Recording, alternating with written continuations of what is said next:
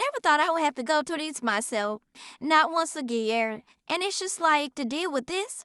I feel like I should have to go through this. I didn't ask for this, but I took upon it all of this because that's what a woman's supposed to do. In a quiet courtroom where every heartbeat echoed louder than words, a mother stood with tear-filled eyes, seeking only one thing: the truth. Miss Parmer, you opened today's case because the defendant is denying he fathered your 3-month-old son, Jace. You recently met your own father for the first time and refuse to have your son grow up without his father like you did. Across from her sat a man, cold, distant, and certain. He wasn't the father. At least that's what he claimed. Mr. Ross, you say Miss Parmer is pinning her child on you because you have money, and you are in court to prove once and for all you are not her child's father. Their lives had collided over a child, a name, and a responsibility no one wanted to carry. As the tension thickened, a single piece of paper threatened to change everything: the DNA test result. What led them here? Was it betrayal, a mistake, or something far more complicated? Behind every glance, every silence, and every argument was a hidden layer of pain. And today, under the gaze of the law, all those secrets were about to be torn open. This isn't just a case, it's a storm of broken trust, shattered hopes, and a truth waiting to explode. This is the story of Parmer versus Ross. The courtroom. Lights hum softly as the camera pans across solemn faces and tense shoulders. At the center of this emotional storm stands Jessica Parmer, a mother not just fighting for justice, but for her son's identity. Her voice may tremble, but her resolve doesn't.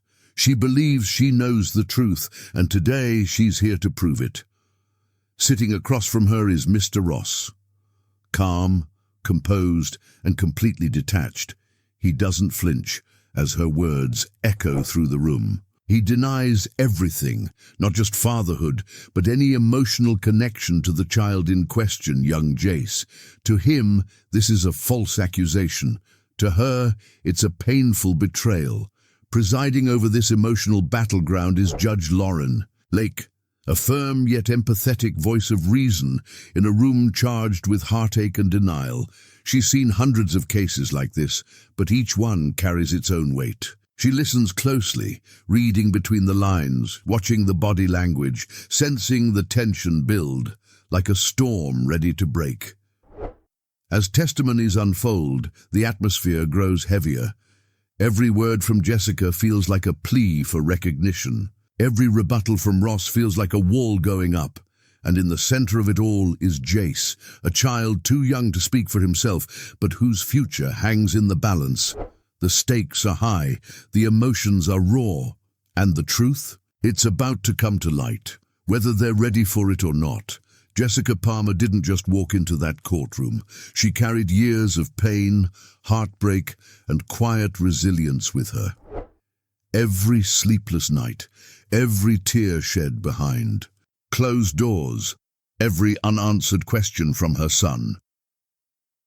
It all led to this moment. She had raised Jace on her own, without support, without guidance, and without the certainty of knowing whether the man she once trusted would ever step up. But what made her fight even more personal was her past. Jessica knew the weight of growing up without a father. As a little girl, she had waited at windows, stared at empty seats during school events, and silenced the ache of absence with fake smiles. It was a void she never truly filled. And now, watching her own son ask the same question she once did, it broke something inside her. She couldn't let history repeat itself. She couldn't allow Jace to feel abandoned, to wonder why he wasn't enough, or to believe that love could just walk away. Jessica wasn't chasing child support or revenge. She was chasing validation, clarity, and peace. She wanted her son to grow up knowing where he came from, and most importantly, that he was never unwanted. Her life had become a quiet battlefield. balancing work, motherhood, and emotional exhaustion, yet she showed up every day with strength she didn't even know she had.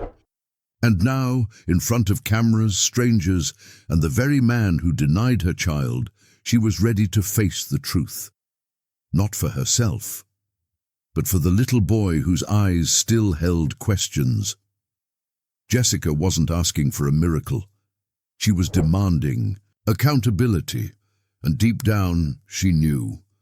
If the truth could speak, it would speak loud enough to silence every doubt, every denial, and every door that had ever been slammed shut in her and her son's face. On the other side of this emotional storm stood Mr. Ross, calm, composed, and seemingly unshaken by the gravity of the accusation.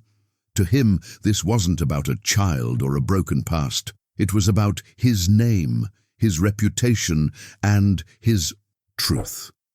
From the moment he stepped into the courtroom, his stance was firm. He was not Jace's father. No hesitation, no guilt, just denial, cool and calculated. "I used protection every single time," he claimed, locking eyes with the judge, as if that one statement alone should clear him of all responsibility. But he didn't stop there. With a tone that mixed defiance and frustration, Ross pointed fingers, not just at Jessica, but at the possibility that others had been involved. "She wasn't only with me," he said. "She's trying to pin this on me just because I've got something others don't. Money." His words cut through the courtroom like a cold blade. His implication wasn't just about biology. It was about motives, manipulation, and distrust. He painted Jessica, not as a mother in pain, but as a woman with an agenda. And in that moment, the courtroom didn't know whom to believe. Was Ross genuinely a man, being falsely accused, dragged into a situation he had no part in? Or was this a performance, a well-rehearsed script delivered by someone who couldn't face the consequences of his own actions? The tension between them was thick, almost suffocating. Every word he spoke added another layer to the fog of doubt that now surrounded the truth. His tone wasn't emotional. It was logical, almost distant. To him, this was a transaction, something to be debated, not something that lived and breathed in the form of a little boy who might carry his blood. He questioned the timeline, the relationship, and her intentions. He brought up text messages, inconsistencies, and memories of a casual connection that, in his words, never meant anything serious. It wasn't about being a father. It was about not being trapped, not being held responsible for a life he claimed he didn't help create. And yet, as his voice echoed through the courtroom, a silent storm raged beneath the surface. The judge watched. Jessica wiped a tear, and Jace, though too young to understand the words, could one day look back on this moment as the day his identity was debated in front of strangers. The truth was somewhere in between, in the unspoken glances, in the contradictions, in the memories both parties seemed to remember differently. One thing was certain: someone was lying, and the DNA test would soon expose which story was real and which one was just another desperate attempt to escape the weight of the truth. Sometimes the truth doesn't come crashing down. It slips in quietly, hidden between half-spoken words and misunderstood intentions. Just when the courtroom thought it had heard everything, a twist unfolded. Quiet, unexpected, but powerful enough to shake the entire foundation of the case. It started with a pregnancy test, a simple object carrying life-changing meaning. Jessica had sent it, but not to share joy, not to inform, not even to accuse. It was, as she claimed, a mistake, a pregnancy test sent to Ross's phone, unintentionally, unexpectedly, and without context.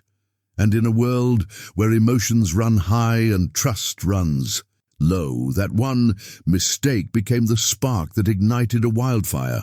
Ross, confused and caught off guard, didn't see it as an accident. He saw it as closure. According to him, Jessica told him clearly and firmly that the baby wasn't his. Whether it was to spare herself or to protect him or simply because she believed it at the time, we may never know. But one thing is certain, that single sentence created distance, emotional, mental, and eventually physical.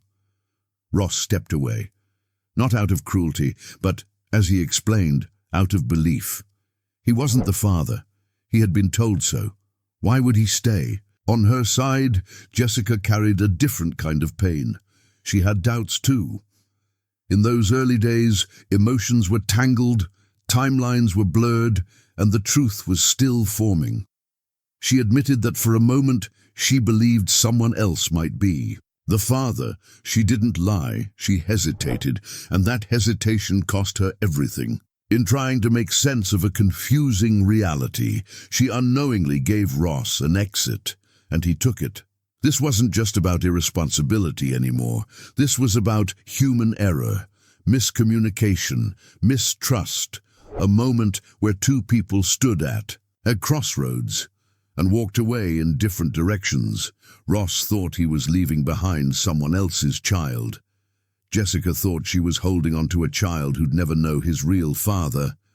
And all of it began with one text message, sent to the wrong person at the wrong time. The courtroom fell silent. For a moment it wasn't about accusations or denial, it was about regret. A shared misunderstanding that snowballed into years of distance, pain, and unanswered questions. But now, with both sides of the story finally out in the open, the truth was closer than ever, and what came next would either bring closure or crack everything open again. Just when things seemed settled in their separate worlds, fate came knocking again. Jessica returned, not with anger, not with accusations, but with a quiet, unsettling truth. The man she thought might be the father wasn't. A DNA test proved it. And with that one result, the path she had chosen suddenly led her back to Ross, the man she once pushed away, and the only one left who could be Jace's father. But coming back wasn't easy. Ross was no longer the man caught in the storm. He had built walls, thick, high, and cold. Her return wasn't met with relief. It was met with confusion, hesitation, suspicion. "Why now?" he asked. "Why? After all this time? After all that doubt?" Jessica didn't bring paperwork. She didn't come with evidence. She came with something more fragile, a feeling, a mother's instinct, a mother's certainty. "He looks just like you," she said softly, pointing to Jace. Ross laughed bitterly. "People say all babies look alike." But the courtroom wasn't laughing, because when the camera panned to the baby's face and then to Ross's, something shifted. The eyes, the mouth, even the expression of frustration. There was a resemblance, enough to plant a seed of doubt, enough to make the viewers lean in just a little closer. Was it possible? Had Ross been wrong all along? Ross wasn't convinced. His heart had been hardened by years of denial, by rumors, by Jessica's earlier uncertainty. "You already told me he wasn't mine," he reminded, her voice low but sharp. "And now you want me to believe because he looks like me." But Jessica wasn't there to plead. She wasn't desperate. She was firm, calm, and quietly confident. This wasn't the same woman from before. This was a mother who had walked through fire, who had faced humiliation, doubt, and silence, and still came back to do what was right. She didn't say much. She didn't need to. Her eyes said everything, and Ross, despite his defenses, felt something crack inside. Still, his mind raced. What if she's wrong again? What if I get attached to this child only to be told once again that he's not mine? This wasn't just confusion. This was a storm of hope and fear clashing at once. In that courtroom, with a baby's face staring up at him and silence heavy in the air, Ross stood on the edge of truth. Or perhaps another heartbreak. The answers were coming, and the test would speak soon. The courtroom was silent, not a breath, not a whisper, just the heavy weight of a single question that hung in the air like a storm cloud ready to break. Judge Lake turned to Mr. Ross and asked the words everyone was waiting to hear. "Are you the father of baby Jace?" Ross didn't answer. He didn't have an answer. His eyes flickered toward Jessica, then toward the child, then down, to the floor, where his thoughts were scattered like broken glass. Across from him, Jessica held her breath. This wasn't just about science. This was about everything she had lived, every silent night, every unanswered message, every time she saw her son ask a question she couldn't answer. Voiceover fades in. This wasn't a question for the heart. This was a question only a DNA test could answer. The music began to rise, slow, tense, like footsteps echoing down a hallway toward a locked door. The envelope sat on the judge's desk, sealed tightly, holding inside not just percentages and probabilities, but the truth. The kind of truth that changes lives in a single second. Camera cuts between Ross nervously shifting in his seat, Jessica's trembling hands, and a close-up of the test envelope, unopened, yet already powerful. Judge Lake held it up slowly, her eyes scanning the room before she spoke. Voiceover whispers again. The moment that would either bring closure or chaos had finally arrived. And as she began to open the envelope, the air itself felt still, the calm before the verdict. The truth was seconds away, and no one in that room would leave unchanged. The room was suffocating. Every eye was on Judge Lake as she slowly turned. The DNA test results toward the court, her hands trembling slightly. The weight of the moment was unbearable, as if time itself had stopped holding its breath. With a dramatic pause, the judge finally spoke. "Mr. Ross, you are the father." The words hit like a shockwave.